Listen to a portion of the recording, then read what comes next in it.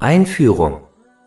Das folgende kurze Buch befasst sich mit dem Verständnis des Unterschieds zwischen der Hoffnung auf das Erreichen von Gutem und Wunschdenken. Diese Diskussion basiert auf Kapitel 2 Al-Baqarah, Verse 78 bis 82 des Heiligen Koran. Und unter ihnen, den Leuten des Buches, gibt es Ungebildete, die die Schrift, die Tora und die Bibel nicht kennen, außer Wunschdenken, sondern nur Annahmen. Wehe also denen, die die Schrift mit ihren eigenen Händen schreiben und dann sagen, dies ist von Allah, um es für einen geringen Preis einzutauschen. Wehe ihnen wegen dem, was ihre Hände geschrieben haben, und wehe ihnen wegen dem, was sie verdienen. Und sie, die Leute des Buches, sagen, niemals wird uns das Feuer berühren, außer für wenige gezählte Tage. Sag, habt ihr einen Bund mit Allah geschlossen? Allah wird seinen Bund niemals brechen. Oder sagt ihr über Allah, was ihr nicht wisst? Ja, im Gegenteil, wer Böses tut und seine Sünde ihn umhüllt hat, das sind die Gefährten des Feuers. Darin werden sie ewig verweilen. Doch diejenigen, die glauben und rechtschaffene Taten tun, das sind die Gefährten des Paradieses. Darin werden sie ewig verweilen. Die Umsetzung der besprochenen Lektionen wird einem Muslim dabei helfen, positive Eigenschaften anzunehmen. Die Annahme positiver Eigenschaften führt zu innerem und körperlichem Frieden. Auf gutes Hoffen. Kapitel 2 Al-Baqarah, Vers 78.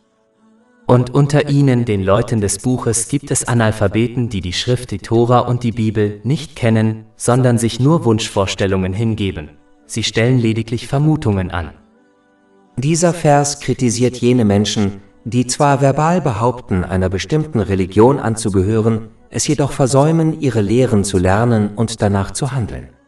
Viele aus dem Volk des Buches rezitierten blind ihre göttlichen Schriften, ohne zu wissen, was sie lehrten und befürworteten, ähnlich wie die heutigen Muslime den heiligen Koran rezitieren, ohne seine Bedeutung zu verstehen. Infolgedessen folgten diese ungebildeten Menschen aus dem Volk des Buches ihren Ältesten und Gelehrten blind, ohne die Lehren ihrer göttlichen Schriften zu verstehen. In den meisten Fällen führte dies zu ihrer Irreführung, da viele ihrer Ältesten und Gelehrten ihre göttlichen Schriften absichtlich falsch interpretierten, um weltliche Dinge wie Reichtum und sozialen Status zu erlangen. Beispielsweise lehnten die meisten von ihnen den Islam ab und rieten ihren unwissenden Anhängern, den Islam ebenfalls abzulehnen, obwohl sie dessen Wahrhaftigkeit klar erkannten, da der heilige Koran und der heilige Prophet Muhammad, Friede und Segen seien auf ihm, in ihren göttlichen Schriften besprochen wurden. Kapitel 6 Al-An'am, Vers 20. Diejenigen, denen wir die Schrift gegeben haben, erkennen sie den heiligen Koran, wenn sie ihre eigenen Söhne erkennen. Und Kapitel 2 Al-Baqarah, Vers 146. Diejenigen, denen wir die Schrift gaben, kennen ihn, den Propheten Muhammad, Friede sei mit ihm, wie ihre eigenen Söhne. Und Kapitel 2 Al-Baqarah, Vers 78. Und unter ihnen, den Leuten des Buches, gibt es solche, die ungebildet sind und die Schrift, die Tora und die Bibel nicht kennen. Dieser Vers warnt daher davor, sich Unwissenheit anzueignen, indem man es versäumt, göttliches Wissen zu lernen und danach zu handeln, da dies oft zur blinden Nachahmung anderer führt, was wiederum oft zur Irreführung führt. Kapitel 6 Al-An'am, Vers 116. Und wenn ihr den meisten gehorcht, die auf der Erde leben, werden sie euch vom Weg Allahs abbringen. Sie folgen nur Annahmen und sie sind nur Irregeleitete. Dies ist einer der Gründe, warum es gemäß dem Hadith in Sunan ibn Majah Nummer 224 für jeden Muslim eine Pflicht ist, islamisches Wissen zu erlernen und danach zu handeln.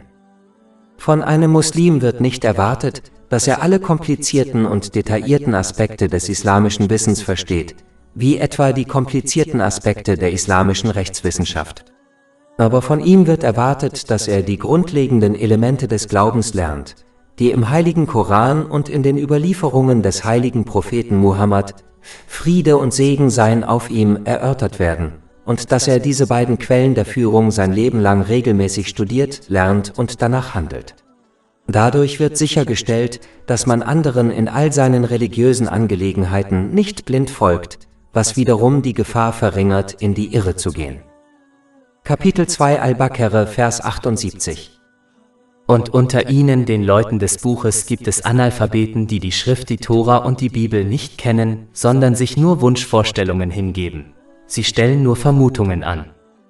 Unwissenheit hindert einen auch daran, Allah, dem Erhabenen, aufrichtig zu gehorchen, was bedeutet, die Segnungen, die einem gewährt wurden, auf eine Weise zu nutzen, die Allah, dem Erhabenen, gefällt. Wie kann man die Segnungen, die einem gewährt wurden, richtig nutzen, wenn man nicht weiß, wie man das macht? Diese unwissenden Menschen werden dann die Segnungen, die ihnen gewährt wurden, missbrauchen, während sie annehmen, dass sie recht geleitet sind, da sie durch ihre Rede behaupten, an Allah, den Erhabenen, zu glauben. Diese Haltung wird sie nur dazu ermutigen, kulturelle Praktiken und Glaubenssätze anzunehmen, da sie annehmen, dass es sich dabei um religiöse Praktiken und Glaubenssätze handelt. Dies wird nur zu weiterer Irreführung führen, da viele dieser Praktiken im Polytheismus und dem Ungehorsam gegenüber Allah, dem Erhabenen, verwurzelt sind. Dies wird ganz offensichtlich, wenn man unwissende Muslime beobachtet. Die Unwissenden unter den Leuten des Buches gingen davon aus, dass es für die Erlösung ausreiche, wenn sie es versäumten, göttliches Wissen zu lernen und danach zu handeln und stattdessen ein paar Praktiken ihrer Religion lernten. Sie verwandelten ihren Glauben in ein paar leere Praktiken und verstanden nicht, dass ihr Glaube jede Absicht, jedes Wort und jede Handlung beeinflussen sollte, die sie ausführten. Dieses Verständnis entsteht nur, wenn man religiöses Wissen erlangt und danach handelt. Leider sind viele Muslime in ihre Fußstapfen getreten, indem sie sich auf ein paar physische Akte der Anbetung verließen, in der Annahme, dass dies der Weg zum Erfolg sei. Wenn man seinen Glauben in ein paar Praktiken und Rituale verwandelt, die in einer Sprache durchgeführt werden, die man nicht versteht, wird der Glaube nicht länger zu einer Lebensweise. Wenn die nächste Generation in ihre Fußstapfen tritt, ist es nur eine Frage der Zeit, bis sie diese paar Praktiken aufgibt, in der Annahme, dass sie nur ein Teil ihrer Kultur sind, anstatt zu verstehen, dass ihr Glaube eine Lebensweise sein soll. Beispielsweise hielten die Älteren, die in westliche Länder auswanderten, in Bezug auf die Kleidung an ihrer Kultur fest, aber die nächste Generation, die im Westen geboren und aufgewachsen war, gab diese Art der Kleidung auf, in der Annahme, dass es sich nur um eine kulturelle Praxis und nicht um eine Lebensweise handelte. Das Problem mit Kultur und Mode ist, dass sie sich von Generation zu Generation ständig ändern.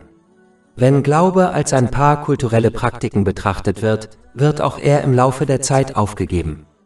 Das ist auch bei den Menschen des Buches, den Juden und Christen, der Fall. Einst waren ihre Kirchen und Synagogen voller ergebener Anbeter und Wissenssucher. Aber als die Menschen das Wissen aufgaben und sich nur auf ein paar Praktiken verließen, ging die nächste Generation einen Schritt weiter und gab sogar diese wenigen Praktiken auf, und infolgedessen wurden ihre Synagogen und Kirchen leer. Darüber hinaus hielten diejenigen, die diese Mentalität unter der älteren Generation übernommen hatten, an den wenigen Praktiken fest, die sie gelernt hatten. Aber aufgrund von Veränderungen in der allgemeinen Mentalität der Gesellschaft hat die nächste Generation nicht mehr das Bedürfnis, kulturelle Praktiken blind umzusetzen und stellt sogar oft die Frage, warum sie den Glauben annehmen und nach diesen Praktiken handeln sollten. Wenn die ältere Generation nicht weiß, warum sie Muslime sind, wie soll sie es dann der nächsten Generation erklären? Unwissenheit wird die nächste Generation nur dazu ermutigen, ihren Glauben und die wenigen Praktiken, die sie von ihren Älteren gelernt hat, aufzugeben und stattdessen ein Leben zu führen, das ihren eigenen Wünschen dient. Wenn es den Muslimen nicht gelingt, ihre Einstellung zu ändern, indem sie islamisches Wissen studieren und danach handeln, und wenn sie die nächste Generation nicht dazu ermutigen, dasselbe zu tun, dann wird auch sie das Schicksal der in diesem Vers erwähnten Leute des Buches teilen. Kapitel 2 Al-Baqarah, Vers 78. Und unter ihnen, den Leuten des Buches, gibt es Analphabeten, die die Schrift, die Tora und die Bibel nicht kennen, sondern sich nur Wunschvorstellungen hingeben. Sie stellen nur Vermutungen an. Dies warnt auch vor den gefährlichen Folgen, die sich ergeben, wenn man die göttlichen Lehren nicht lernt und nicht danach handelt. Wer diese Haltung einnimmt, wird zwangsläufig Dinge über seinen Glauben glauben, die einfach nicht wahr sind. Beispielsweise könnten sie einige göttliche Eigenschaften Allahs, des Erhabenen, lernen, wie die Tatsache, dass er allverzeihend und barmherzig ist, und sich infolgedessen Wunschdenken hingeben, während sie glauben, dass sie auf seine Barmherzigkeit und Vergebung hoffen können. Das heißt, sie werden weiterhin Allah, dem Erhabenen, ungehorsam sein, während sie glauben, dass er ihnen vergeben wird, da er allverzeihend ist. Obwohl Allah, der Erhabene, vergibt, wem er will, hat er dennoch klargestellt, dass er Übeltäter und Gutes tuende Menschen in dieser Welt und in der nächsten nicht gleich behandeln wird, da dies seiner Gerechtigkeit widersprechen würde. Kapitel 45 Al-Jathiyah, Vers 21. Oder meinen jene, die Böses tun, wir werden sie denen gleichstellen, die glauben und gute Werke tun, im Leben und im Tod. Schlimm ist das, worüber sie urteilen. Dieser Wunschdenker glaubt, er würde Allah, dem Erhabenen, Respekt erweisen, während er in Wirklichkeit andeutet, dass er nicht gerecht urteilt, da er glaubt, dass er den, der Gutes tut, genauso behandeln wird wie den, der übel tut. Die Hoffnung auf Allah, den Erhabenen, ist immer mit seinem Gehorsam verbunden. Derjenige, der aufrichtig danach strebt, ihm zu gehorchen, indem er die ihm gewährten Segnungen auf eine Weise nutzt, die ihm gefällt, und aufrichtig seine begangenen Sünden bereut, ist es wert, auf die Gnade und Vergebung Allahs, des Erhabenen, zu hoffen. Kapitel 2 Al-Baqarah, Vers 78. Und unter ihnen, den Leuten des Buches, gibt es Analphabeten, die die Schrift, die Tora und die Bibel nicht kennen, sondern sich nur Wunschvorstellungen hingeben. Sie stellen nur Vermutungen an. Ein weiterer Irrglaube, den diejenigen annehmen, die die islamischen Lehren nicht lernen und nicht danach handeln, ist, dass sie die Strafe des jüngsten Gerichts und der Hölle herabwürdigen. Sie gehen davon aus, dass sie als Muslime sterben werden, was bedeutet, dass sie irgendwann ins Paradies kommen werden, selbst wenn sie zuerst in der Hölle bestraft werden. Erstens ist es nicht garantiert, dass man diese Welt mit Glauben verlässt, und diejenigen, die aus Unwissenheit weiterhin Allah, dem Erhabenen, ungehorsam sind, werden diese Welt möglicherweise ohne ihren Glauben verlassen, da sie es versäumt haben, ihren Glauben durch Taten des Gehorsams zu nähren. Der Glaube ist wie eine Pflanze, die durch gute Taten genährt werden muss, und so wie eine Pflanze stirbt, wenn sie keine Nahrung wie etwa Wasser erhält, kann es auch mit dem Glauben eines Muslims enden, der es versäumt, sein verbales Glaubensbekenntnis durch Taten zu untermauern. Zweitens ist die Strafe des jüngsten Gerichts und der Hölle unerträglich, nicht einmal für einen Moment, ganz zu schweigen von vielen Jahren. Der heilige Prophet Muhammad, Friede und Segen seien auf ihm, hat gewarnt, dass am Tag des jüngsten Gerichts derjenige, der sein weltliches Leben am meisten genossen hat, für einen Moment in die Hölle getaucht und wieder herausgezogen wird. Er wird gefragt, ob er in seinem ganzen Leben etwas Gutes erlebt hat, was er verneinen wird, da die Hölle so schrecklich ist, dass sie die Erinnerungen und Gefühle jeglicher Freude zerstört, die ein Mensch jemals empfunden hat. Dies wurde in einem Hadith in Sunan ibn Majah, Vers 4321 gewarnt. Dies reicht aus, um klarzustellen, dass ein einziger Moment der Hölle unerträglich ist. Daher darf man sie niemals herabwürdigen, als wäre sie wie ein weltliches Gefängnis. Darüber hinaus ist diese fehlgeleitete Haltung dieselbe, die die Leute des Buches einnahmen, die die Hölle ebenfalls herabwürdigten, und infolgedessen kritisierte Allah, der Erhabene, sie im heiligen Koran. Kapitel 2 Al-Baqarah, Vers 80. Und sie sagen, das Feuer wird uns nie berühren, außer für wenige gezählte Tage. Sag, habt ihr einen Bund mit Allah geschlossen? Denn Allah wird seinen Bund niemals brechen. Oder sagt ihr über Allah, was ihr nicht wisst? Kapitel 2 Al-Baqarah, Vers 78. Und unter ihnen, den Leuten des Buches, gibt es Analphabeten, die die Schrift, die Tora und die Bibel nicht kennen, sondern sich nur Wunschvorstellungen hingeben. Sie stellen nur Vermutungen an. Eine weitere klassische Fehlannahme unwissender Muslime ist, dass sie davon ausgehen, dass sie am Tag des jüngsten Gerichts durch die Fürsprache eines heiligen Menschen, spirituellen Führers und Lehrers wie des heiligen Propheten Muhammad, Friede und Segen seien auf ihm, vor der Hölle gerettet werden, obwohl sie weiterhin Allah, dem Erhabenen, ungehorsam sind. Auch wenn die Fürsprache des heiligen Propheten Muhammad, Friede und Segen seien auf ihm, eine Tatsache ist, werden dennoch viele Muslime in die Hölle kommen. Und wie bereits erwähnt, ist ein Moment in der Hölle unerträglich. Darüber hinaus verstehen diese unwissenden Menschen nicht, dass der heilige Prophet Muhammad, Friede und Segen seien auf ihm, genauso wie er für Muslime Fürsprache einlegt, auch gegen diejenigen aussagen wird, die das Lernen und Handeln nach dem heiligen Koran aufgegeben haben. Kapitel 25 Al-Furqan, Vers 30.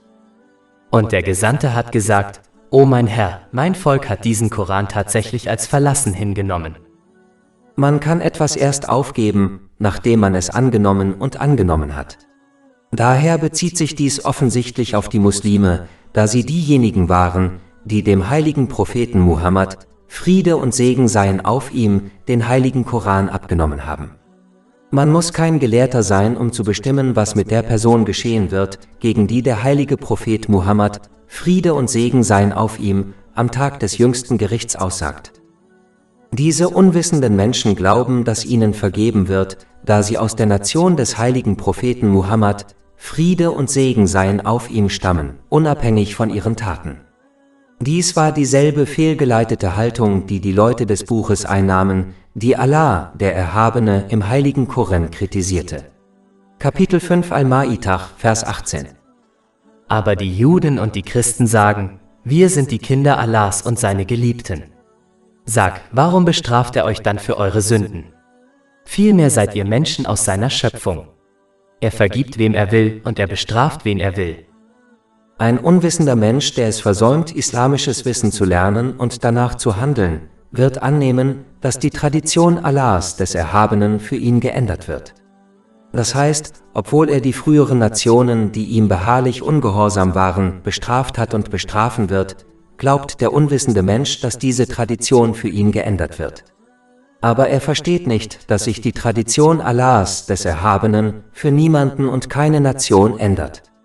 Kapitel 35 Fatir, Vers 43. Erwarten Sie denn etwas anderes als den Weg, das Schicksal der früheren Völker? Doch ihr werdet auf dem Weg, das heißt, der festgelegten Methode Allahs, niemals eine Veränderung finden. Und ihr werdet auf dem Weg Allahs niemals eine Veränderung finden. Kapitel 2 Al-Baqarah, Vers 78. Und unter ihnen, den Leuten des Buches, gibt es Analphabeten, die die Schrift, die Tora und die Bibel nicht kennen, sondern sich nur Wunschvorstellungen hingeben. Sie stellen nur Vermutungen an. Eine weitere klassische Fehlannahme unwissender Muslime ist, dass sie davon ausgehen, am Tag des jüngsten Gerichts vor der Hölle gerettet zu werden, nur weil sie behaupten, den heiligen Propheten Muhammad, Friede und Segen seien auf ihm und seine Gefährten, möge Allah mit ihnen zufrieden sein, zu lieben, obwohl sie diese Liebe nicht durch Taten beweisen können, indem sie seine Traditionen lernen und danach handeln. Sie vergessen, dass sogar die früheren Nationen behaupten, ihre heiligen Propheten, Friede sei auf ihnen, zu lieben, aber am Tag des jüngsten Gerichts nicht bei ihnen sein werden, da sie es versäumt haben, in die Fußstapfen ihrer Vorfahren zu treten. Dasselbe Schicksal wird den Muslimen widerfahren, die es versäumen, in die Fußstapfen des heiligen Propheten Muhammad, Friede und Segen seien auf ihm, zu treten. Was bedeutet, die Segnungen, die einem gewährt wurden, auf eine Weise zu nutzen, die Allah, dem Erhabenen, gefällt, wie es im heiligen Koran und den Traditionen des heiligen Propheten Muhammad, Friede und Segen seien auf ihm, dargelegt ist. Dies wird in vielen Versen angedeutet, wie etwa in Kapitel 4 An-Nisa, Vers 69. Und wer Allah und dem Gesandten gehorcht, der wird mit denen zusammen sein, denen Allah die Gunst der Propheten, der Treuen, der Märtyrer und der Rechtschaffenen erwiesen hat. Und trefflich sind jene als Gefährten. Dieser Vers macht deutlich, dass dieses Schicksal nur jenen zuteil wird, die Allah, dem Erhabenen und seinem heiligen Propheten Muhammad, Friede und Segen seien auf ihm, in der Praxis gehorchen, und nicht jenen, die ihre Liebe nur in Worten behaupten. Kapitel 2 Al-Baqarah, Vers 78. Und unter ihnen, den Leuten des Buches, gibt es Analphabeten, die die Schrift, die Tora und die Bibel nicht kennen, sondern sich nur Wunschvorstellungen hingeben. Sie stellen nur Vermutungen an. Abschließend kann man sagen, dass man nur vermeiden kann, von anderen in die Irre geführt zu werden und Wunschdenken und falsche Vorstellungen über Allah, den Erhabenen, den heiligen Koran, den heiligen Propheten Muhammad, Friede und Segen seien auf ihm, und das Leben nach dem Tod zu übernehmen, indem man den heiligen Koran und die Traditionen des heiligen Propheten Muhammad, Friede und Segen seien auf ihm, lernt und danach handelt. Dadurch wird sichergestellt, dass man die Segnungen, die einem gewährt wurden, auf eine Weise nutzt, die Allah, dem Erhabenen, gefällt, wie es im heiligen Koran und den Traditionen des heiligen Propheten Muhammad, Friede und Segen seien auf ihm, dargelegt ist. Dies führt zu Seelenfrieden und Erfolg in beiden Welten.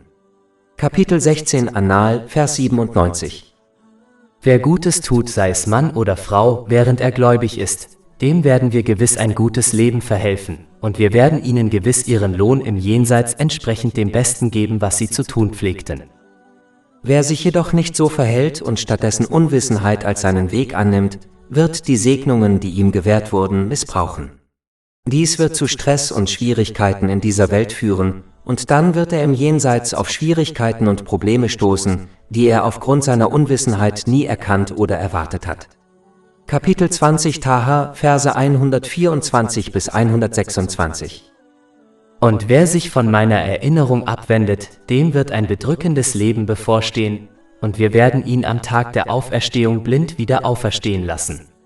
Er wird sagen, mein Herr, warum hast du mich blind wieder auferstehen lassen, wo ich doch sehend war? Er wird sagen, so kamen unsere Zeichen zu euch und ihr vergaßt sie, und so werdet auch ihr heute vergessen sein. Und Kapitel 39 Az-Zuma, Vers 47. Und wenn diejenigen, die Unrecht getan haben, alles hätten, was auf der Erde ist, und noch einmal so viel, würden sie sich dadurch von der schlimmsten Strafe am Tage der Auferstehung freikaufen. Und es wird ihnen von Allah erscheinen, was sie nicht bedacht hatten. Kapitel 2 Al-Baqarah, Verse 79 bis 82. Wehe also denen, die das Buch mit ihren eigenen Händen schreiben und dann sagen, dies ist von Allah, um es für einen geringen Preis einzutauschen. Wehe ihnen wegen dem, was ihre Hände geschrieben haben, und wehe ihnen wegen dem, was sie verdienen. Und sie, die Leute des Buches, sagen, das Feuer wird uns niemals berühren, außer für wenige gezählte Tage. Sag, habt ihr einen Bund mit Allah geschlossen? Allah wird seinen Bund niemals brechen. Oder sagt ihr über Allah, was ihr nicht wisst? Doch im Gegenteil, wer Böses tut und von seiner Sünde umfangen ist, das sind die Gefährten des Feuers, darin werden sie ewig verweilen. Doch diejenigen, die glauben und rechtschaffene Werke tun, das sind die Gefährten des Paradieses, darin werden sie ewig verweilen. Allah, der Erhabene, kritisiert die Leute des Buches, die ihre göttlichen Schriften absichtlich veränderten und falsch interpretierten, um weltliche Dinge wie Reichtum und Führung zu erlangen.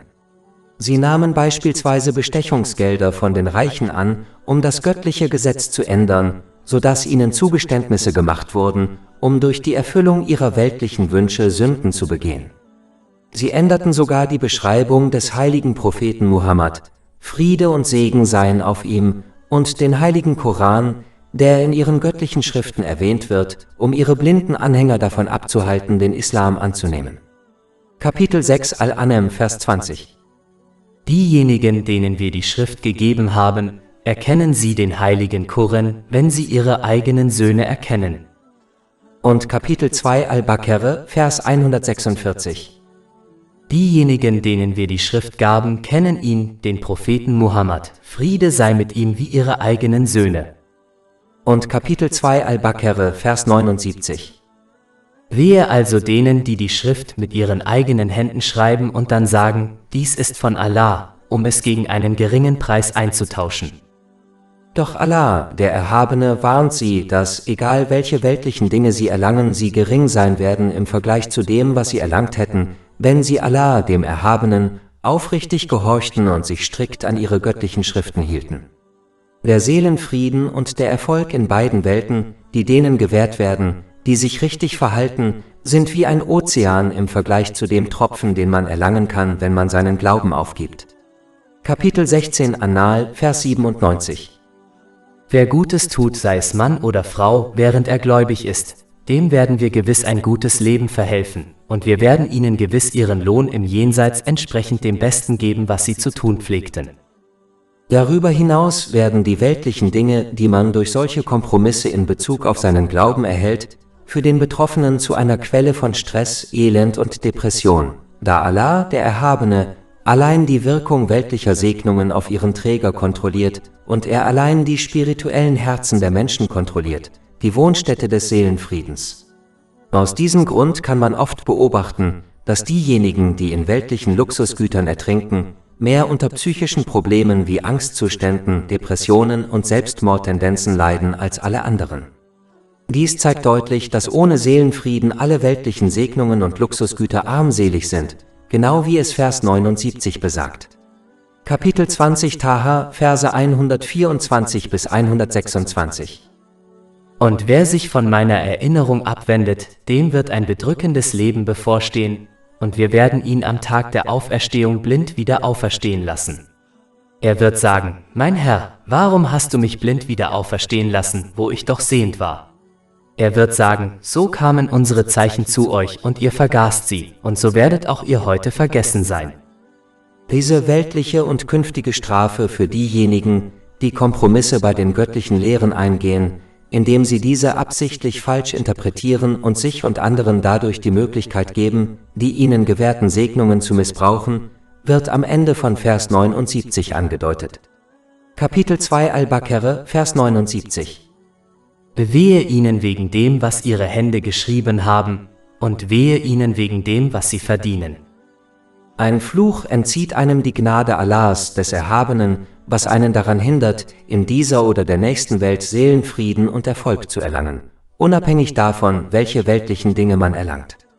Darüber hinaus warnte der heilige Prophet Muhammad, Friede und Segen seien auf ihm, in einem Hadith in Sunan ibn Majah, Nummer 253, dass der Erwerb islamischen Wissens um weltlicher Dinge willen, wie zum Beispiel um vor anderen anzugeben, dazu führen wird, dass man in die Hölle kommt. Kapitel 2 Al-Baqarah, Vers 79. Wehe also denen, die die Schrift mit ihren eigenen Händen schreiben und dann sagen, dies ist von Allah, um es gegen einen geringen Preis einzutauschen. Wehe ihnen für das, was ihre Hände geschrieben haben, und wehe ihnen für das, was sie verdienen. Ein Auszug dieser Haltung besteht darin, dass sogenannte islamische Gelehrte Handlungen befürworten, die nicht im heiligen Koran und den Traditionen des heiligen Propheten Muhammad, Friede und Segen seien auf ihm, verwurzelt sind, um Anhänger zu gewinnen, während sie behaupten, dass das, was sie befürworten, von Allah dem Erhabenen stammt. Infolgedessen halten ihre unwissenden Anhänger an diesen Praktiken fest, weil sie glauben, dass sie von Allah, dem Erhabenen, stammen, und betrachten diese Gelehrten als ihre spirituellen Führer, denen Gehorsam in allen Situationen vorgeschrieben ist. Muslime müssen diese Art von Menschen meiden und stattdessen den heiligen Koran und die Traditionen des heiligen Propheten Muhammad, Friede und Segen seien auf ihm, lernen und danach handeln und alle anderen Handlungen vermeiden, selbst wenn sie als gute Taten erscheinen. Denn je mehr man nach anderen Dingen handelt, desto weniger wird man nach den beiden Quellen der Führung handeln, was wiederum zur Irreführung führt. Dies ist einer der Gründe, warum der heilige Prophet Muhammad, Friede und Segen seien auf ihm, in einem Hadith in Sunan Abu Dawud, Nummer 4606, warnte, dass jede Angelegenheit, die nicht in den beiden Quellen der Führung verwurzelt ist, von Allah dem Erhabenen abgelehnt wird. Die in Vers 79 beschriebene Haltung wird auch von Betrügern eingenommen, die behaupten, die weltlichen Probleme der Menschen gegen Bezahlung durch religiöse, spirituelle Übungen zu lösen. Sie bieten spirituelle Übungen an und behaupten, sie seien von Allah, dem Erhabenen, obwohl weder er noch sein heiliger Prophet Muhammad, Friede und Segen seien auf ihm, sie vorgeschrieben haben. Diese Leute müssen um jeden Preis gemieden werden, da sie Muslime nur dazu ermutigen, das Vertrauen in Allah, den Erhabenen, zu verlieren, und da sie Muslime von den Lehren des heiligen Koran und den Traditionen des heiligen Propheten Muhammad, Friede und Segen seien auf ihm, abbringen, was zur Irreführung führt. Kapitel 2 Al-Baqarah, Vers 79. Wehe also denen, die die Schrift mit ihren eigenen Händen schreiben und dann sagen, dies ist von Allah, um es gegen einen geringen Preis einzutauschen. Wehe ihnen für das, was ihre Hände geschrieben haben, und wehe ihnen für das, was sie verdienen. Einer der Gründe, warum Allah der Erhabene diese Einstellung stark kritisiert, ist die Tatsache, dass sie dazu führt, andere Menschen in die Irre zu führen. Eine irreführende Einstellung einzunehmen ist schon schlimm genug, aber in den Augen Allahs des Erhabenen wird es noch viel schlimmer, wenn die eigenen Handlungen dazu führen, andere in die Irre zu führen. Der heilige Prophet Muhammad, Friede und Segen seien auf ihm, hat gewarnt, dass derjenige, der andere in die Irre führt, dieselben Sünden begeht wie jeder seiner fehlgeleiteten Anhänger. Dies wird in einem Hadith bestätigt, der in Jami at-Tirmidhi Nummer 2674 zu finden ist. Daher muss man sicherstellen, dass man lernt, so handelt und andere rät, sich jederzeit strikt an den heiligen Koran und die Überlieferungen des heiligen Propheten Muhammad, Friede und Segen seien auf ihm, zu halten. Allah, der Erhabene, erklärt dann, warum viele Gelehrte aus dem Volk des Buches ihre göttlichen Schriften absichtlich bearbeitet und falsch interpretiert haben. Kapitel 2 Al-Baqarah, Vers 80. Und sie, die Leute des Buches, sagen, das Feuer wird uns nie berühren, außer für wenige gezählte Tage. Sie täuschten sich selbst durch ihr Wunschdenken, als sie annahmen, sie seien die Lieblinge Allahs, des Erhabenen, und deshalb würde er ihnen ihre Sünden entweder direkt vergeben oder sie einer sehr milden Strafe unterwerfen. Diese Ergebnisse machten es daher lohnenswert, ihre göttlichen Schriften zu bearbeiten und falsch zu interpretieren, um weltliche Dinge wie Reichtum und Führung zu erlangen. Genau wie ein Dieb, der plant, etwas Wertvolles zu stehlen, weil er glaubt, das Risiko sei es wert, selbst wenn er erwischt und ins Gefängnis gesteckt wird. Kapitel 5 Al-Ma'idah, Vers 18. Aber die Juden und die Christen sagen, wir sind die Kinder Allahs und seine Geliebten. Sag, warum bestraft er euch dann für eure Sünden? Vielmehr seid ihr Menschen aus seiner Schöpfung. Er vergibt, wem er will, und er bestraft, wen er will. Aber Allah, der Erhabene, macht deutlich, dass Wunschdenken in seinen Augen keinen Wert hat und dass derjenige, der ihm weiterhin ungehorsam ist, die Konsequenzen seiner Taten zu tragen hat.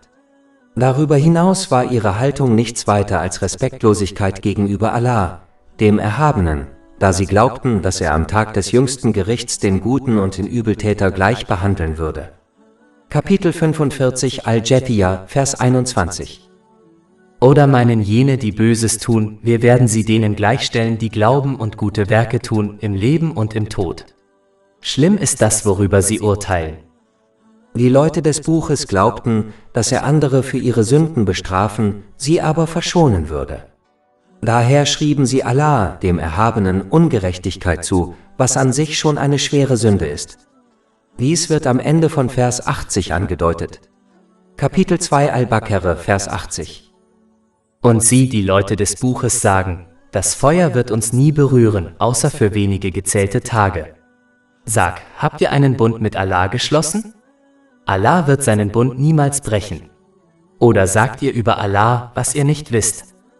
Muslime müssen daher die Haltung vermeiden, den heiligen Koran und die Traditionen des heiligen Propheten Muhammad, Friede und Segen seien auf ihm, absichtlich falsch zu interpretieren, um weltliche Dinge wie Reichtum und Führung zu erlangen.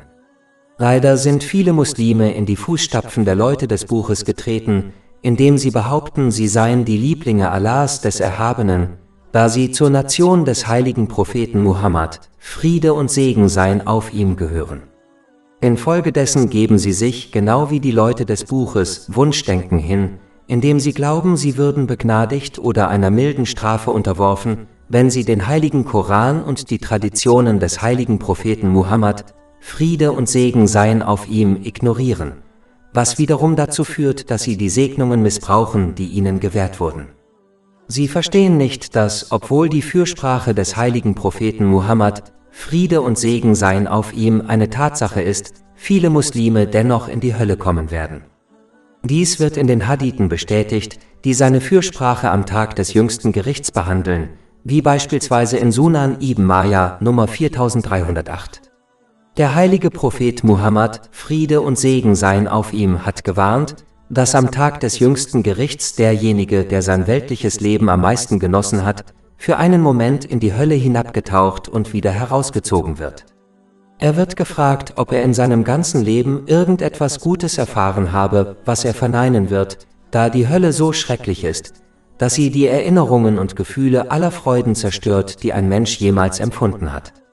Davor wird in einem Hadith gewarnt, der in Sunan ibn Majah, Vers 4321 zu finden ist.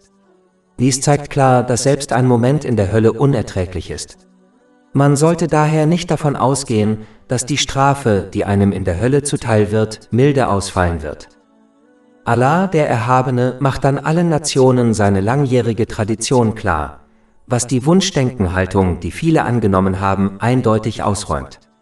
Diese Tradition wird für keine Person oder Nation geändert, da dies die Gerechtigkeit Allahs des Erhabenen in Frage stellen würde.